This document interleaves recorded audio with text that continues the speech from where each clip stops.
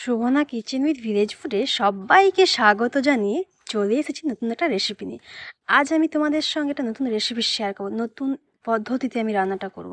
আজ আমি তোমাদের সঙ্গে শেয়ার করব দই এঁচোড়। হ্যাঁ বন্ধুরা, দই এঁচোড় বানানোর পদ্ধতিটা আমি তোমাদের সঙ্গে অবশ্যই শেয়ার করব। আর একেবারে নতুন পদ্ধতি।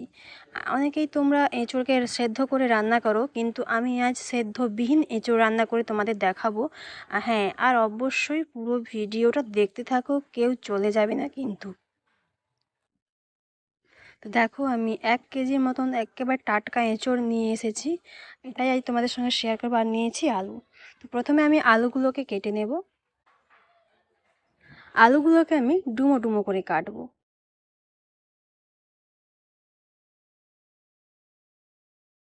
আস্তে আস্তে করে আলুটাকে ছাড়িয়ে নিচ্ছি, কারণ বটিতে হাত কেটে যেতে পারে।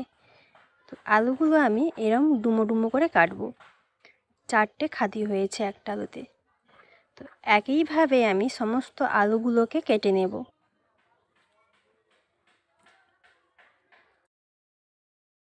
তো আলু কাটা আমার হয়ে গেছে।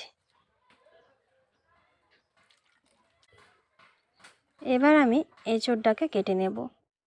তো জল নিয়েছি গামলিতে করে, আর হাতে একটু আমি সর্ষের তেল মেখে নিচ্ছি, কারণ এঁচোড়ের যে আঠাটা আছে ওটা হাতে কিংবা বটিতে লাগবে না, তাই বটিতেও একটু তেল মাখিয়ে নিচ্ছি। যে জলটা আমি নিয়েছি ওর মধ্যে আমি 1 চামচের মতন হলুদ দিয়ে দিলাম, কারণ এই হলুদটা দিয়েছি এঁচোড়ের যত আঠা আছে বেরিয়ে যাবে। এবার আমি এঁচোড়টা কাটবো। একেবারে টাটকা এঁচোড়। এঁচোড়ের যে মাঝখানে যে শিরাটা থাকে ওটা কিন্তু অবশ্যই কাটতে হবে।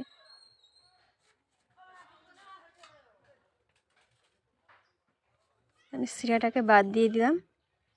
এবার আমি ভালো করে ছাড়িয়ে নেব এঁচোড়টাকে। আর একটুকুও যদি এঁচোড়ের মধ্যে খোসাটা রয়ে যায়, খেতে কিন্তু খুব বিচ্ছিরি লাগবে। অবশ্যই ভালো করে এঁচোড়টাকে কাটতে হবে।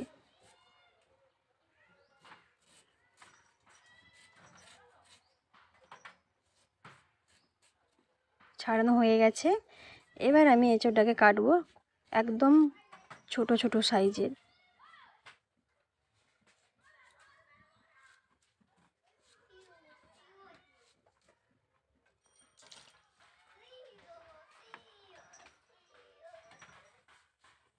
একইভাবে আমি এঁচোড়গুলোও কেটে নেব।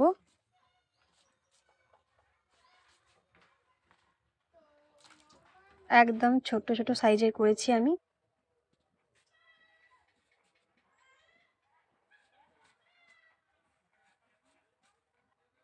এঁচোড়ো কাটা আমার হয়ে গেছে। দেখো, একেবারে হাতে আঠা লাগেনি কিন্তু। ভালো করে একটু চটকিয়ে নিচ্ছি।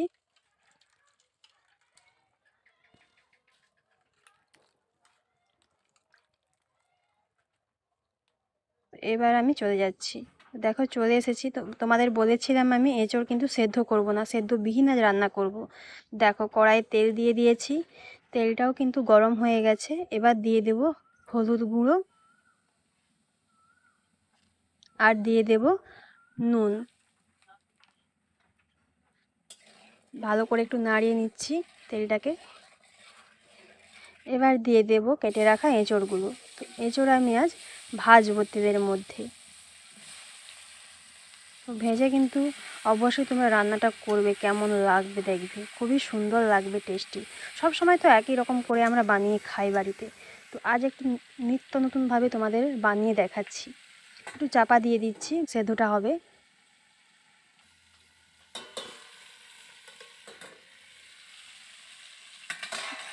হালকা হালকা বেশ ভাজা হয়ে গেছে এঁচোড়টা।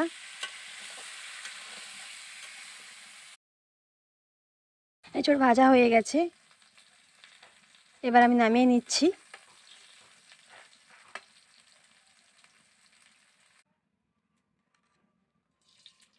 এই তেলের মধ্যে আমি দিয়ে দিলাম নুন আর হলুদ।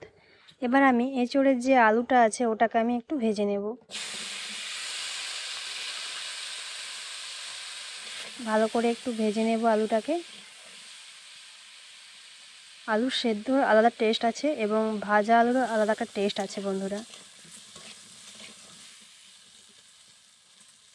আলুটা আমার ভাজা ভাজা হয়ে গেছে একেবারে, তো এবার নামিয়ে নিচ্ছি। আমি তোমাদের দেখাবো আমি আজ কি মশলা নিয়েছি। পেঁয়াজ কুচি, আদা রসুন বাটা, জিরে বাটা, আর টমেটো কুচি, 1 বাটি টক দই, আর নিয়েছি গরম মশলা গোটা, আর লঙ্কা, তেজপাতা। কড়াই পরিষ্কার করে নিয়েছি, দিয়ে দিয়েছি তেল, সর্ষের তেল। তেলটা গরম হয়ে গেছে, এবার দিয়ে দিলাম তেজপাতা, গোটা গরম মশলা এবং লঙ্কা। এলাচগুলো আমি ফাটিয়ে নিয়েছিলাম আগে থেকে, ভাজা হয়ে গেছে। এবার দিয়ে দেবো কেটে রাখা পেঁয়াজ। পেঁয়াজটা আমি ভালো করে ভেজে নেব।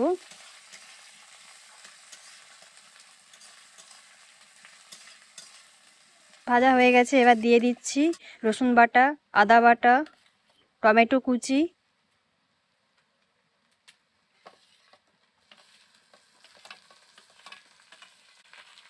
দিয়ে দেব জিরে বাটা, আর দিয়ে দেব গুঁড়ো লঙ্কা,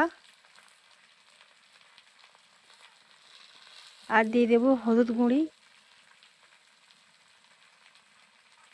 এবার দিয়ে দেব পরিমাণ মতন নুন। এবার সব একেবারে আমি কষে নেব।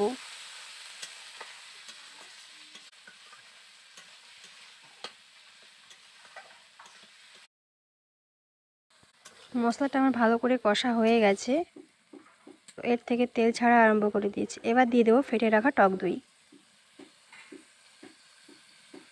আর ওই বাটিতে দইটা ছিল, ওই বাটিটা ধুয়ে হাফ বাটির মতন জল দিয়ে দিচ্ছি। এবার আমি ভালো করে একটু কষিয়ে নেব।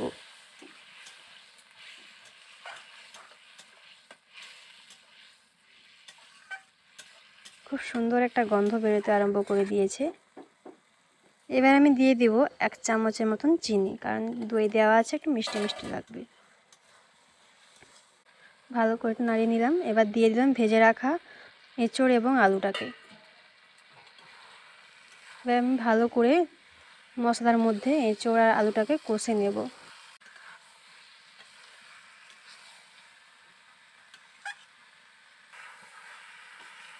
ভালো করে আমার কষা হয়ে গেছে। এবার আমি দিয়ে দেব জল পরিমাণ মতন। আজকের এই দই এঁচোড় রেসিপিটা অবশ্যই বাড়িতে বানিয়ে খাবে এবং খেয়ে কিন্তু আমাকে কমেন্ট বক্সে জানাতে ভুলবে না কিন্তু। দই এঁচোড়টা রেডি হয়ে গেছে, নামিয়ে নেব।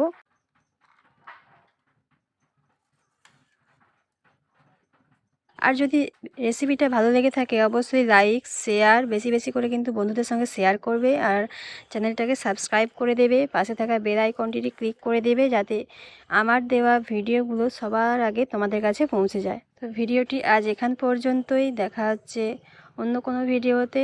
অবশ্যই ভালো থাকবে, সুস্থ থাকবে। টাটা।